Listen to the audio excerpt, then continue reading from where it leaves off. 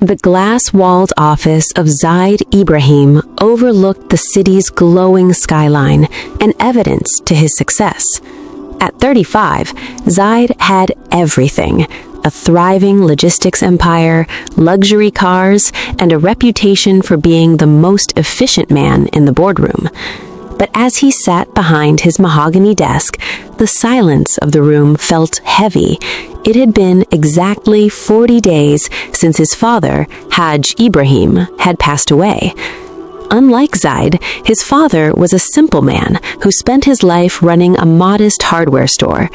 Zaid often told him to retire, but the old man would just smile and say, "Zaid, my son, business isn't just about moving goods, it's about moving hearts." Zaid never understood what that meant until tonight. Zaid's mother had asked him to clear out his father's old closet. He picked up a worn, charcoal gray wool coat. It was the coat his father wore every Friday to the masjid. As Zaid folded it, he felt a stiff crinkle in the lining of the inner pocket. He reached in and pulled out a yellowed, handwritten receipt dated 15 years ago. The receipt was for a staggering amount of money, nearly half of what their family home had been worth back then. It was issued by a local medical clinic, but across the bottom, in bold red ink, was written, "Pending, final payment overdue." Attached to it was a small, tattered note in his father's shaky handwriting. "The debt of a brother is the weight of a mountain, must settle before the end."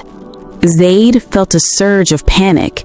His father, the man he looked up to for his honesty, had died with an unpaid debt? In Islam, a debt left unpaid is a barrier to the soul's peace. Zaid knew he had to act. He didn't care about the money. He cared about his father's standing before Allah. The next morning, Zaid drove to the address on the receipt. He expected a high-end clinic, but he found himself in a crumbling part of the old city. The clinic was long gone, replaced by a small bakery. He showed the receipt to the baker, an elderly man named Yusuf. Yusuf put down his rolling pin and put on his glasses. His eyes widened. "Hajj Ibrahim? You are his son?" "I am," Zaid said urgently. "I found this. I want to pay whatever is left. Please, do you know who this money was for? Who did my father owe?" Yusuf looked at Zaid with a strange, melancholic expression. "Young man, your father didn't owe this money for himself. 15 years ago, a porter who worked in this market had a daughter who needed a life-saving heart surgery. The father was a widower with nothing. Your father, Ibrahim, went to the clinic and signed his name as a guarantor. He told them, 'Perform the surgery. I will pay every penny, even if it takes the rest of my life.'" Zaid stood frozen. He remembered that year. His father had stopped buying new clothes, had canceled their family vacation, and worked extra hours late into the night. Zaid had thought his father was just being stingy. "Did he finish the payments?" Zaid asked, his voice trembling. "He was close," Yusuf whispered. "But the porter died shortly after the surgery, and the daughter, she was left alone. Your father didn't just pay the bill, he became her secret guardian. But there is a problem, Zaid. The clinic went bankrupt years ago, and the debt was sold to a private collector who has no mercy. They have been looking for the girl to take the only thing she has left, her father's small house."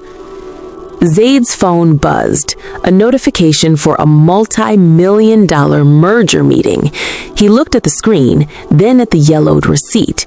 He realized his father hadn't left him a burden, he had left him an opportunity for Sadaqah Jariyah. "Where is she?"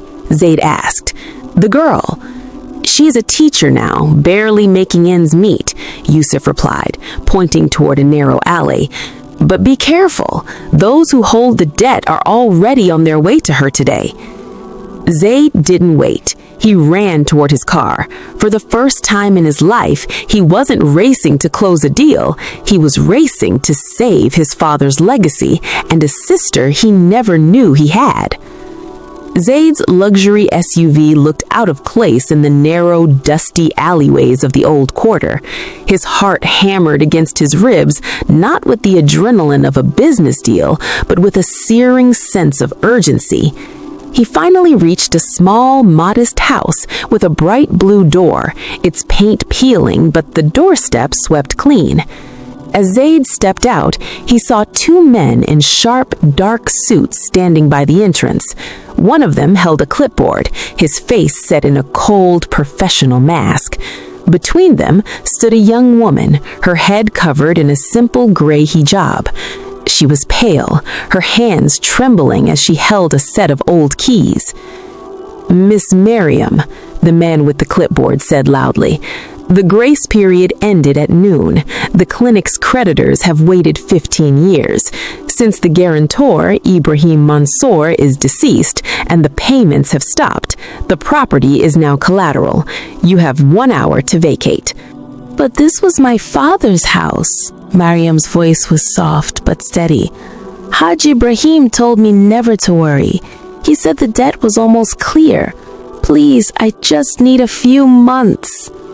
"Hajj Ibrahim is gone," the man sneered, "and his son is a billionaire who doesn't even know you exist. Why would he care about a dead porter's daughter?" Zaid stepped forward, the gravel crunching under his expensive Italian shoes. "Because his son is standing right here," he said, his voice booming through the alley. The men turned, startled. Mariam looked up, her eyes wide with confusion. Zaid walked past the debt collectors and stood beside her. He looked at the blue door and then at the yellowed receipt in his hand. "I am Zaid Ibrahim Mansour," he said, looking the collectors in the eye. "My father's debts are my debts. My father's promises are my promises. Give me the final figure." The man with the clipboard smirked, handing over a document. "It's not just the principal, Mr. Mansour. It's 15 years of interest and legal fees. It's a sum that would make even you hesitate for a charity case." Zaid didn't even blink at the number. It was the price of his new sports car, a car he realized he didn't need nearly as much as he needed to honor his father. "I'll wire the full amount now, but you will sign a release of all claims against this property and this woman immediately." As the transaction was processed digitally, the tension in the air began to dissolve. The collectors, seeing they had been beaten, signed the papers and scurried away. Silence fell over the alley. Mariam looked at Zaid, tears finally spilling over. You didn't have to do that. Your father did so much for me. He paid for my school, my medicine, my dignity.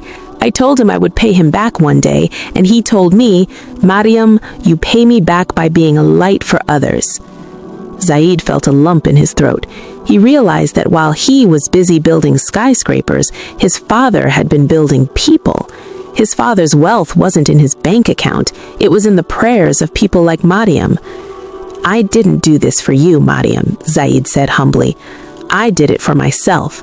I was the one who was poor, not you. I was poor in spirit." Just then, Mariam's neighbor, an old woman, leaned out of her window. "Mariam, the school called. The children are waiting for their extra lessons. Are you coming?" Zaid looked at Mariam. "You teach children here?" "I run a free after-school program for the orphans in this district," she explained, wiping her eyes. "It's what your father wanted. He called it the Seedling Project." Zaid felt a final piece of the puzzle click into place. He looked at his phone, 10 missed calls from his office about the merger. He hit power off. "Do you have room for one more volunteer? I think I have a lot to learn about my father's real business."